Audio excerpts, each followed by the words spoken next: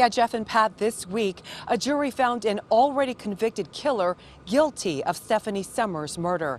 It is something her family has waited for nearly 40 years.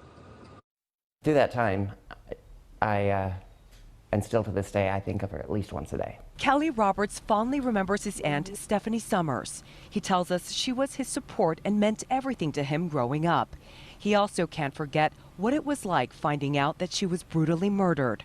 On August 30th, 1980, the 36-year-old was raped, beaten, and stabbed in her Silver Lake apartment, at that time by an unknown suspect. You have some of those little ways of denying it, as a 13-year-old would. But every day I would always think of her and still reach out to call her. DNA evidence was collected from the crime scene, but years went by and Summers' killer was never caught. Fast forward nearly 40 years, her killer has finally been identified. This week, 60-year-old Harold Anthony Parkinson was found guilty.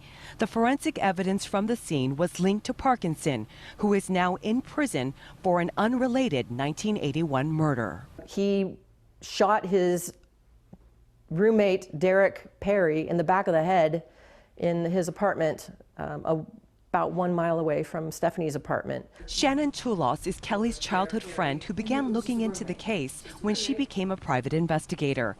She never gave up looking for answers Summers' family deserved.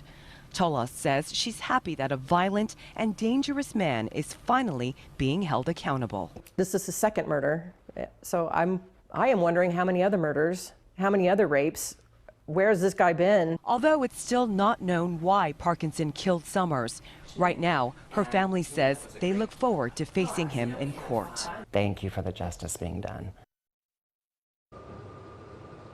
Parkinson will be sentenced on December 2nd. He faces life in state prison without the possibility of parole. Reporting live tonight in Newhall, Rachel Kim, CBS 2 News. Well, thank you, Rachel.